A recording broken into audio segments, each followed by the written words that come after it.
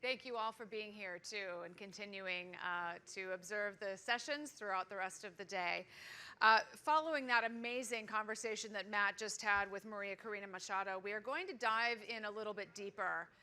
And we'll continue discussing the implications of the 28th of July in Venezuela and throughout the region. And we're going to focus on how different institutions and sectors can work together to ensure that Venezuela's struggle catalyzes broader democratic renewal around the world.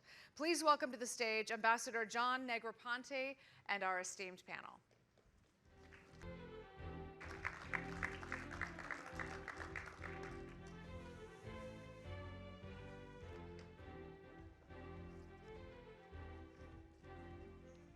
So, good morning, everyone. There were presidential elections in Panama on the 28th of July. The alleged winners of the election, they weren't in fact the winners. They were defeated by a wide margin, aimed to be inaugurated on the 10th of January.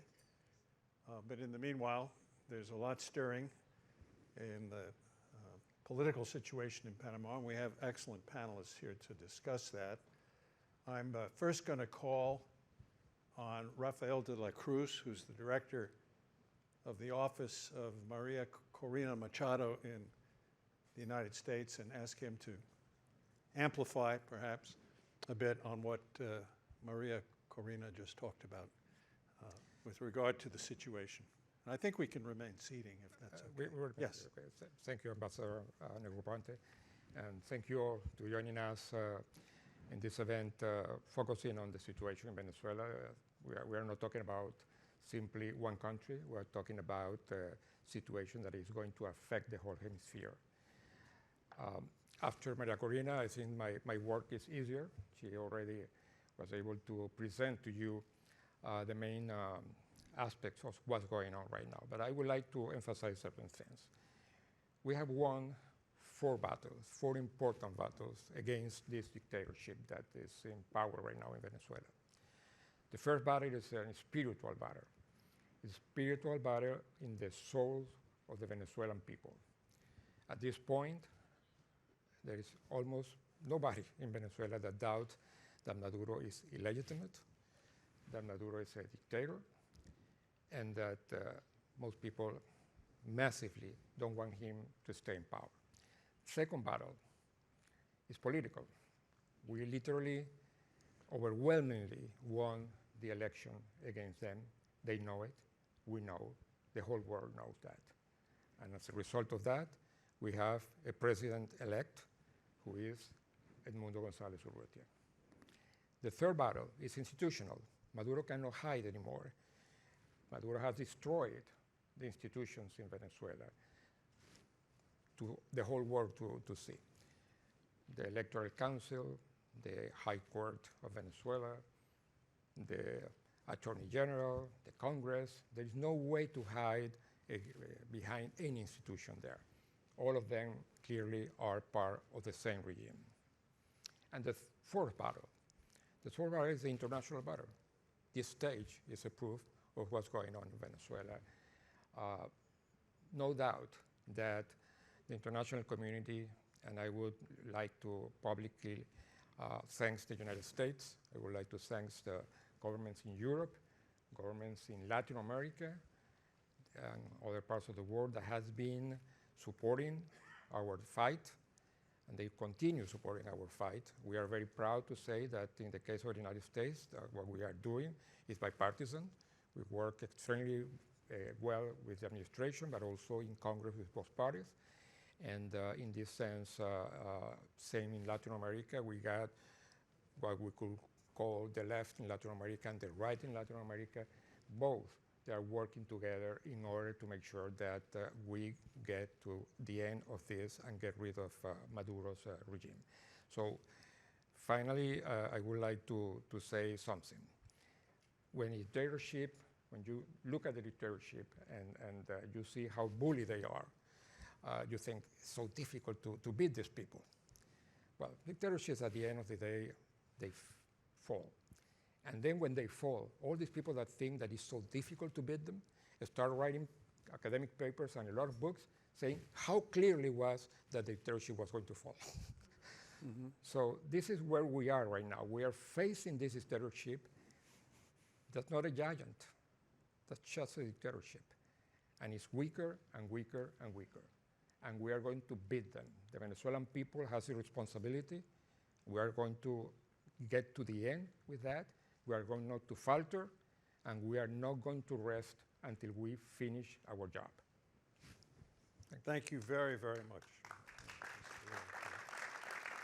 Well, part of the international situation that you referred to includes the institution of the Organization of American States. And Ana Delgado is the Panamanian ambassador to that institution, previously having been the ambassador to the United Kingdom. So it would be very interesting to hear Panama's perspective on the current situation in Venezuela. Thank you, Ambassador. And it's really an honor for me to be in among these distinguished people and in this panel. First of all, I would like to say that the position of the Republic of Panama has been very clear. The President was in this forum this morning, and he said very clearly, not only now, but since the beginning of his government, that we are in the right part of history. We're in the side among Maria Corina Machado and Edmundo González Urrutia since day one after we saw the results of the elections. Having said that, it's very important that you understand that this is not a problem of Venezuela alone. This is a problem of all of us. And we in Panama have been experiencing this for many years now in the Darien Gap. So far this year, we have had 220,000 people going through the Darien Gap. And this is a problem, not only a humanitarian crisis, but it's also an environmental problem. All this jungle called the Darien Gap, that is the frontier between Colombia and Panama, we have been seeing people coming up, and as the President also said this morning, the barrier between the US and the rest is not in Mexico, it's in Panama, in Darien. It's also important to mention that the day of his inauguration, he signed with the United States a memorandum of cooperation in migration matters, and that was really a very important signal of how relevant this situation is for our government. And of course, as the ambassador said, in the OIS, since our arrival in the first Permanent Council, we discussed the Venezuelan situation. The first council happened on the 31st of July, just a couple of days after the elections in Venezuela, and we will continue discussing this situation in the next meetings. We have another Permanent Council on October the 3rd, and we're planning to have some people that we are organizing together with our allies, just for the people to understand the relevance of this problem that, as I said in the beginning, is not a problem of Venezuela, it's a problem of all of us, and definitely you have Panama as an ally to this situation.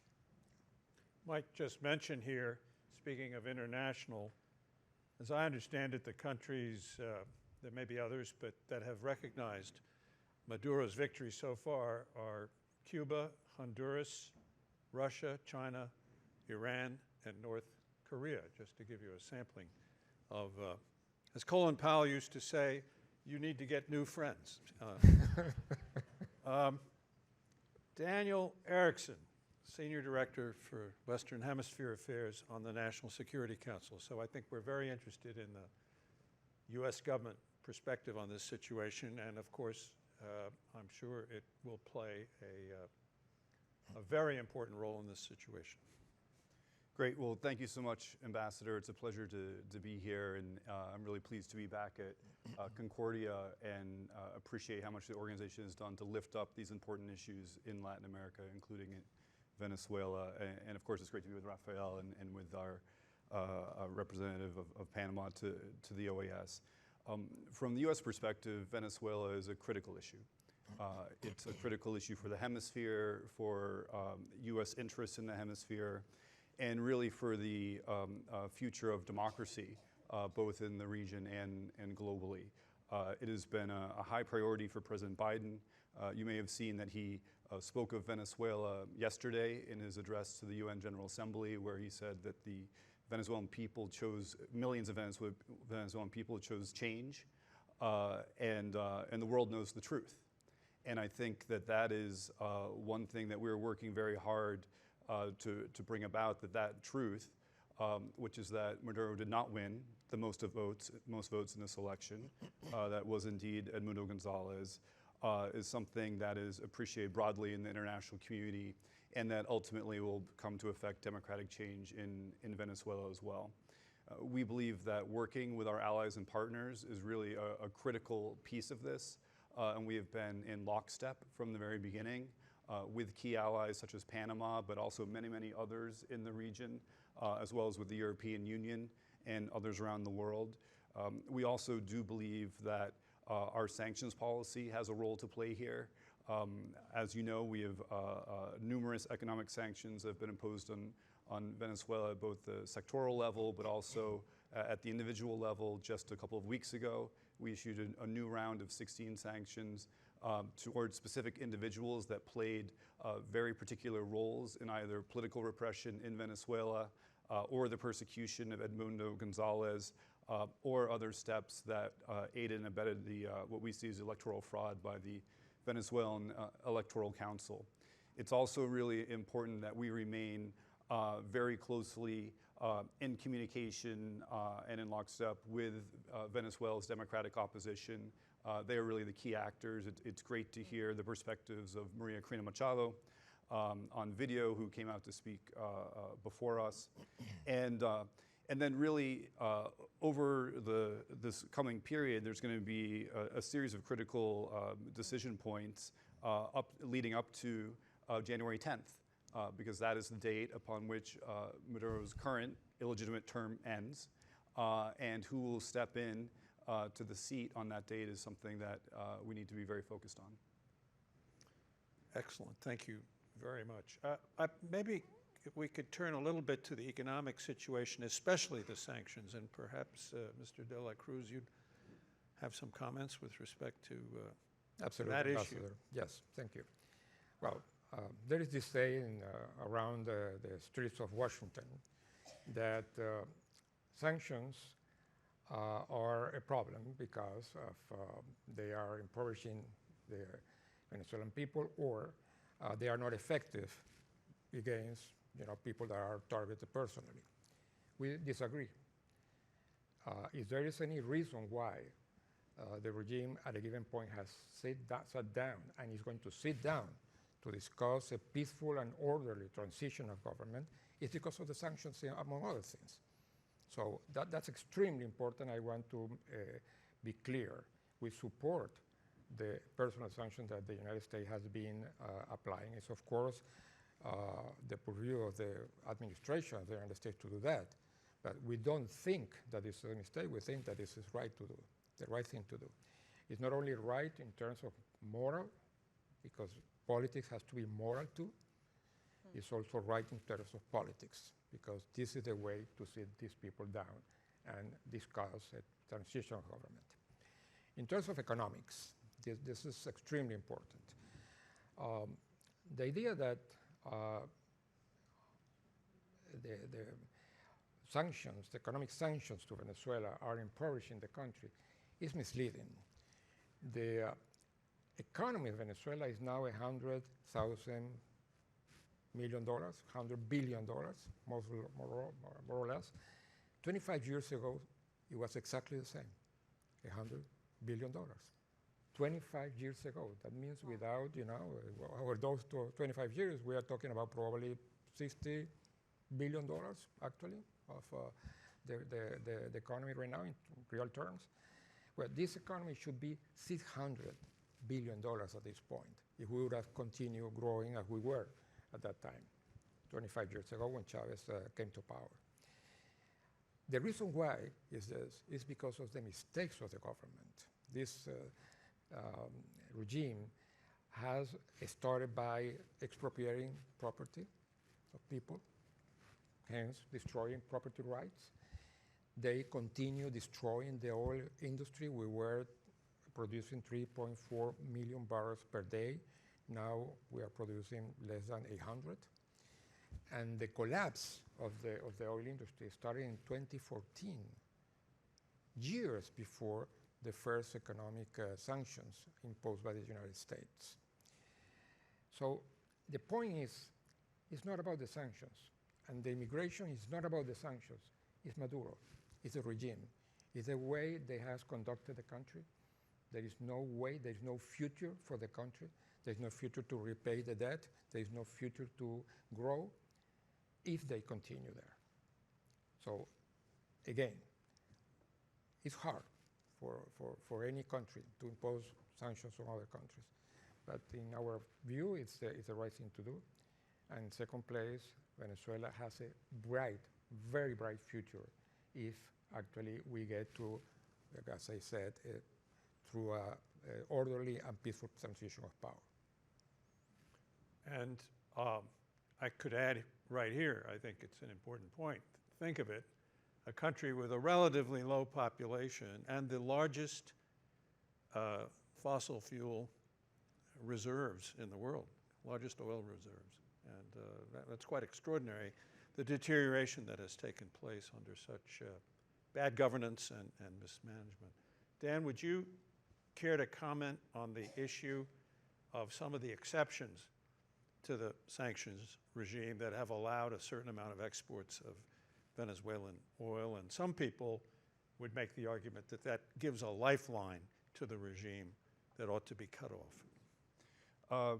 Sure. Well, thank you for the question, Ambassador. The first point I would make is that sanctions are not an answer to a foreign policy problem. They're a tool. And they will be effective or ineffective as they are used in concert with other tools. The additional tools are diplomatic pressure, discussions that may take place, law enforcement measures. There's a range of other things that we could discuss. So I don't think that we can have although the sanctions discussion is a very important one, I don't think we can have it in isolation without saying what else are we bringing it to the table and where does it fit into an overall strategy. With respect to our current sanctions posture with Venezuela, there are still largely sectoral sanctions in place.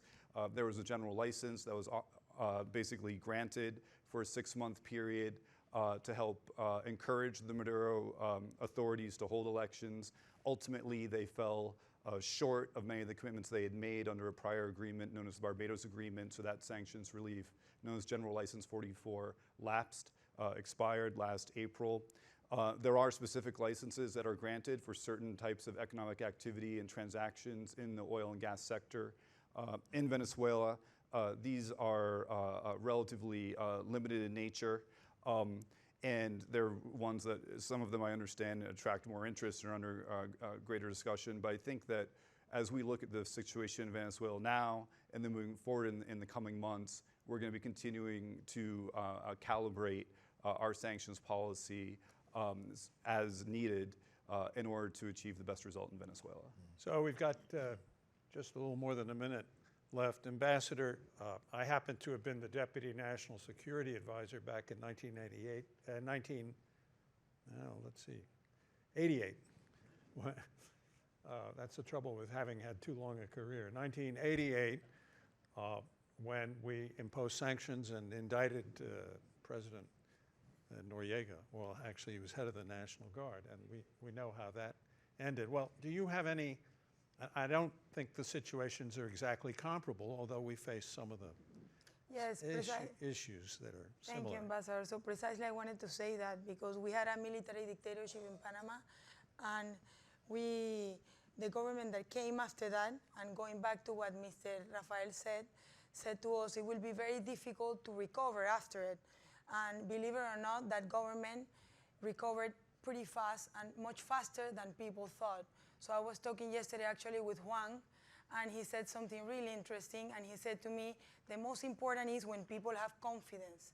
So I fully understand that when this battle will be won, because I have no doubt that we will win this battle, the confidence will come, and I'm sure the economy will just flow. So yes, Ambassador, we had that experience in Panama, and the results are what we have now as a country. And we have had elections since then, since 1989 until date, and the country recovered perfectly. So this is a very positive note on which to end our conversation and to say, and I've looked at the various examples, that the situation that evolved in Panama was one of the examples, very successful examples of regime change that have occurred over the years, which is not always the case. So anyway, I want to ask you all to join me in thanking our panelists for the discussion this morning.